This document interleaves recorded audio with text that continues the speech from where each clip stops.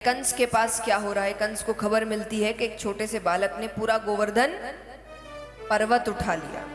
कंस समझ गए मेरा काल यही है। फिर उन्होंने यज्ञ रखवाया। यज्ञ में अक्रूर जी को भेजते हैं। अक्रूर जी से कहा कि आप वृंदावन जाइए, वहां नंद बाबा का घर है, वहां मेरे दो भांजे हैं, उनको लेकर आइए। अक्रूर जी जाते हैं।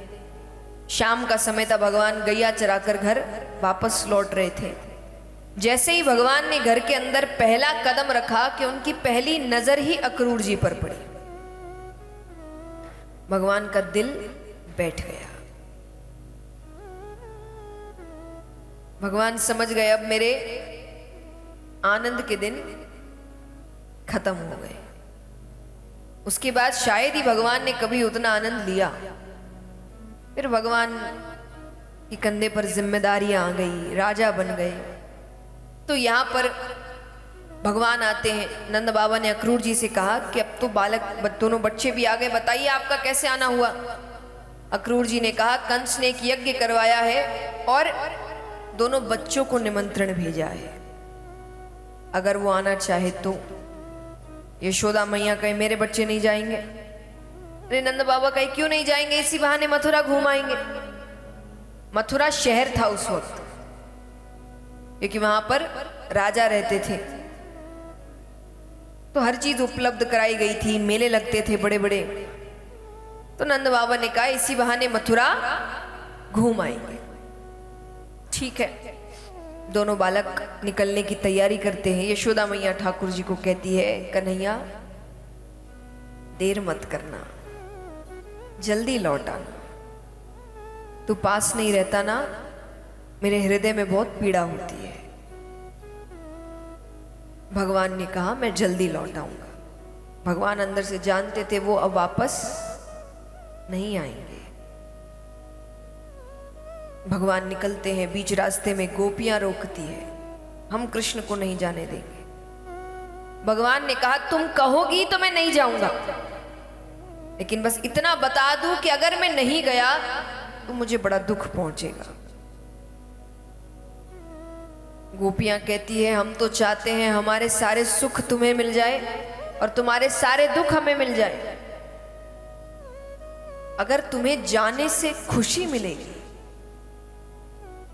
तो जाओ, पर जल्दी लौट आना, क्योंकि तुम्हारे बिना वृंदावन वृंदावन नहीं रहता। भगवान जाते हैं। कंस के द्वार पर पहुंचते हैं। कंस ने द्वार पर एक धनुष लटकाया था। वो धनुष केवल कंस का काल ही तोड़ सकता था। ठाकुर जी बलदाऊ भैया की तरफ देखते हैं। बलदाऊ भैया ने कहा काम शुरू कर दो।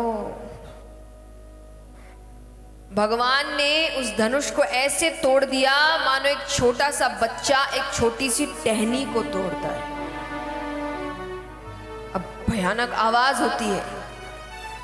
वो आवाज कंस के कमरे तक जाती है। कंस समझ गया मेरा काल प्रवेश कर चुका है। कंस ने कई दैत्यों को भेजा, एक मदमस्त पागल हाथी को भेजा। बलदाऊ भैया कहते इनको मैं संभाल लूंगा, तुम अंदर जाओ। भगवान कंस के पास जाते हैं। दोनों के बीच युद्ध होता है। अंत में अधमरी हालत में नीचे पड़ा है, माफी मांग रहा है।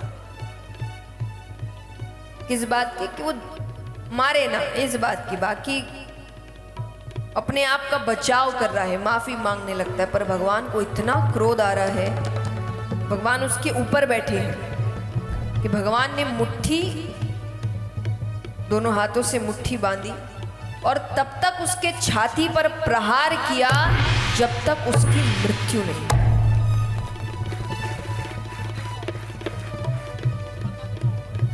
इस प्रकार भगवान कंस वध करते हैं। अब यहां पर भगवान अपने बाबा उग्रसेन जी को कारागार से बाहर निकालते हैं। अपने माता पिता वसुदेव जी और देवकी माता को कारागार से बाहर निकालते हैं। उग्रसेन जी को राजा बनाया जाता है। कुछ समय तक भगवान मथुरा रहते हैं, फिर गुरुकुल चले जाते हैं। गुरुकुल में उनकी भेंट सुदामा जी से होती है। एक दिन दोनों को बड़ी जोर की भूख लगी थी। गुरु माता से कहा तो गुरु माता ने कहा लकड़ियां तो खत्म हो गई है, कुछ लकड़ियां काट कर ले आओ।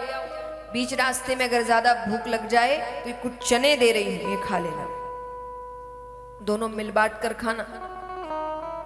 पर बीच रास्ते में वर्षा होती है, दोनों एक एक पेड़ पर जाकर बैठ जाते हैं। सुदामा जी को भूख लगी, सुदामा जी ने चने खाने अपने हिस्से के खा लिए। अब उनको लग रहा है थोड़ा सा और खा लूंगा तो क्या पता चलेगा, और थोड़ा थोड़ा करते वो पूरा ही खा लिया। दोनों जब सुबह होती है, वर्षा कम होती है, नीचे उतरते हैं। भगवान ने कहा, सुदामा बड़ी जोर की भूख लगी है, जरा वो चने देना। भगवान ने, सुदामा जी ने कहा चने तो मैंने खा लिए। वो रोने लगे।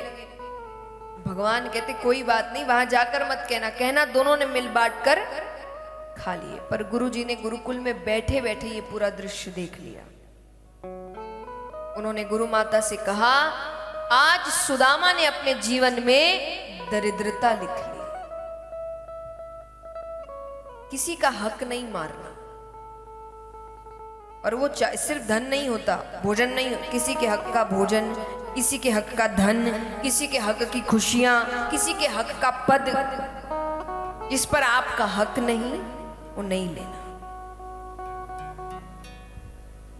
क्योंकि उस कारण आप अपने जीवन में दरिद्रता को निमंत्रण देते हैं। और जरूरी नहीं कि तुरंत मिलेगी।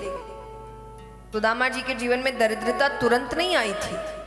गुरुकुल से चले गए और बड़े हुए, शादी हुई, बच्चे हुए, तब जाकर उनके जीवन में दरिद्रता आई। और ऐसी दरिद्रता कि उनके घर में अन्न का दाना नहीं था, ऐसी परिस्थिति हो गई थी।